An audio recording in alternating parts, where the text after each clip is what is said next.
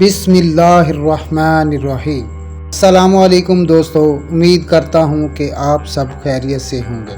تمام تعریفیں اس اللہ رب العزت کی جس نے اس دنیا کو اتنا خوبصورت بنایا کہ انسانی نظر جہاں تک بھی جائے گی تو اللہ کی قدرت ہی نظر آئے گی۔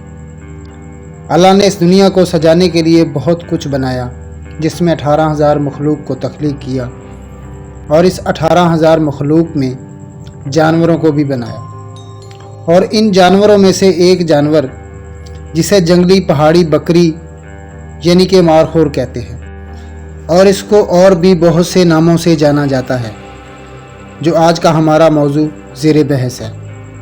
مارخور بہت سے ممالک میں پایا جاتا ہے، جس میں پاکستان بھی شامل ہے۔ پاکستان میں مارخور کی 6 مختلف اقسام پائی جاتی ہیں۔ 2 سپیشیز ان میں آگے سب سپیشیز ہیں۔ ان کو ان کے سینگوں کی بناوٹ کی وجہ سے تقسیم کیا گیا ہے۔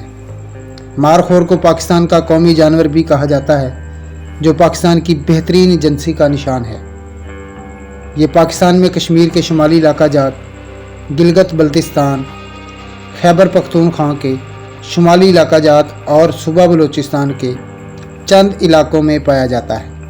اصل میں مارخور سے مراد بہت لمبے مڑے ہوئے سینگوں والی ایک بڑی جنگلی بکری ہے، جس کا تعلق وسطی ایشیا سے ہے۔ اکثر لوگوں میں کنفیوژن ہوتی ہے کہ مارخور کون سا ہے، بل کھاتے سینگوں والا یا گول مڑے سینگوں والا یا سیدھے سینگوں والا جانور۔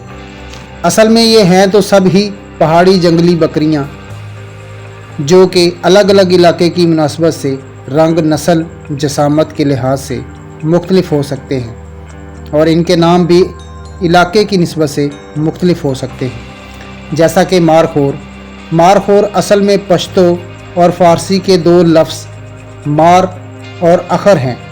مار کا مطلب پشتو میں اور فارسی میں سانپ ہے، اور اخر کو سینگ کہتے ہیں، مطلب ایسا جانور جس کے سینگ سانپ کی طرح کے ہوں۔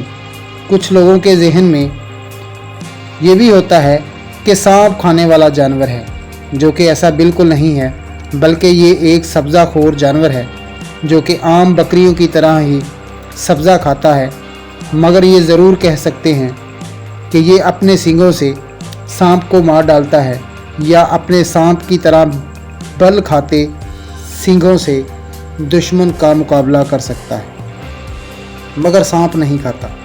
پاکستان اپنے مارخور کے لیے مشہور ہے، جو اس کے فرتیلا اور یقینی پاؤں والی فطرت کا حامل ہے۔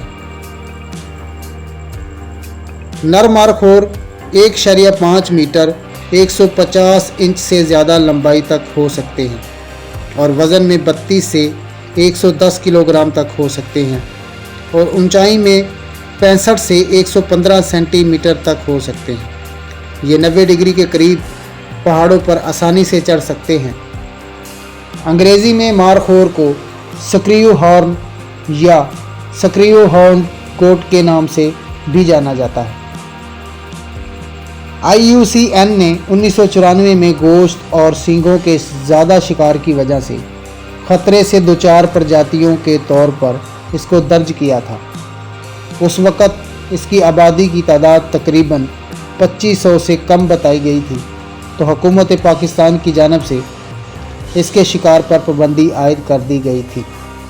2015 سے IUCN کی ریڈ لسٹ میں نیئر تھریٹنڈ کے طور پر اس کو درج کیا گیا۔ بیرون ملک کے لوگ یا رہائشی لوگوں کو شکار کرنے کی اجازت ہوتی ہے،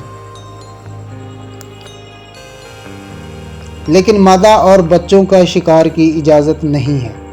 شکار کے لیے سینکڑوں فٹ اونچائی پر جانا پڑتا ہے اور خطرناک راستوں سے گزرنا پڑتا ہے۔ ان کی ریٹنگ سیزن سے مراد نر اور مادہ ملاپ کرتے ہیں، تو مختلف نر دور دور سے آتے ہیں اور آپس میں لڑائی کرتے ہیں۔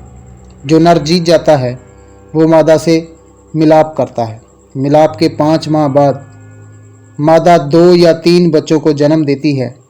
ایک نر مارخور کی قیمت تقریباً $1,00,000 ہوتی ہے۔ اس کی عمر تقریباً 14 سال تک ہوتی ہے۔